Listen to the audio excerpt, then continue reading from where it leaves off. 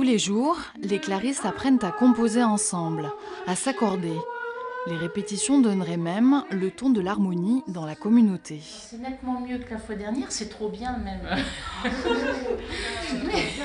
mais ça peut s'améliorer. Il faut vraiment s'écouter et pas être distraite, pas penser à son truc, mais penser aux autres.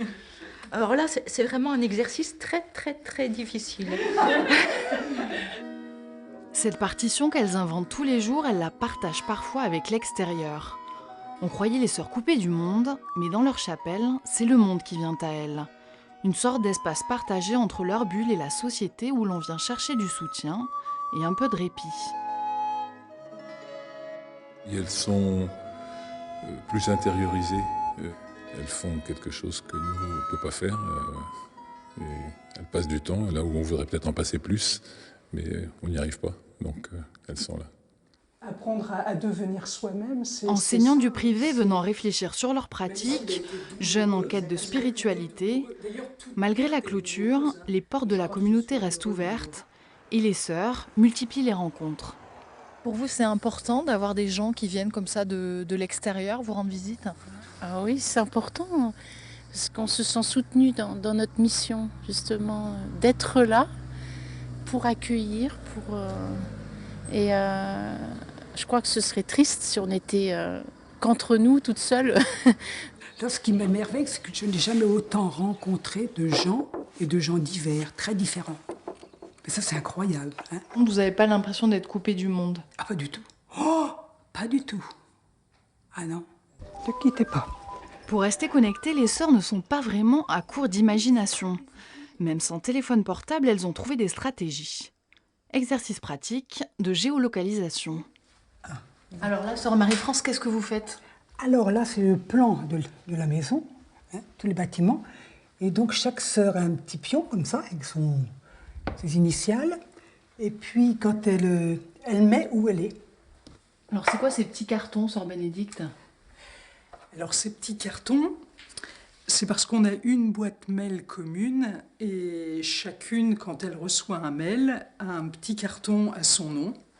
Et puis, on lui dépose dans son casier et ainsi elle sait qu'elle peut aller regarder son mail. Des sœurs 2.0 donc, mais qui n'abandonnent pas pour autant la correspondance écrite. En décembre, le mois le plus chargé de l'année, elles ont presque concurrencé le Père Noël avec une vingtaine de lettres par jour. Il y a des fois des choses très personnelles qui sont partagées et le but c'est de réconforter les gens, quoi. De les encourager. C'est vrai que je suis contente quand les gens répondent « merci pour le petit mot charmant ». C'est sûr. En soutenant les Kurdes contre Daesh, les États-Unis se sont ensuite mis à dos la Turquie. On pensait que les sœurs mangeaient en silence. Pas tout à fait. À table, c'est sœur Marie-Christine qui joue les présentatrices de journal. Dans ce bastion rebelle. Les principaux événements qui arrivent, de toute façon, des amis nous téléphonent pour nous dire qu'il est arrivé quelque chose de grave et on le sait presque quasiment sur le champ, nous aussi. Ironie du sort pour ces sœurs sans télévision, leur fondatrice Sainte-Claire est, paraît-il, la patronne du petit écran. Alors, pour notre dernier soir avec elle, nous leur avons promis une soirée télé. On embrasse aussi Pascal Lavanchi, Sophie Mognotte, sur le passage. Allez, c'est parti. Je dis, ça demande des heures de travail, hein, pour en arriver là, c'est extraordinaire. Je crois qu'ils volent. Hein, c'est beau. En patinant, là, on les sent en symbiose, quoi. Il y a une légèreté, une beauté, c'est magnifique. Une capacité à s'émerveiller presque intacte, de la curiosité, beaucoup d'humour et de la personnalité. Bien loin des clichés sur les sœurs. Nous les pensions coupées du monde, elles nous ont confié avoir tout simplement décidé de l'habiter autrement.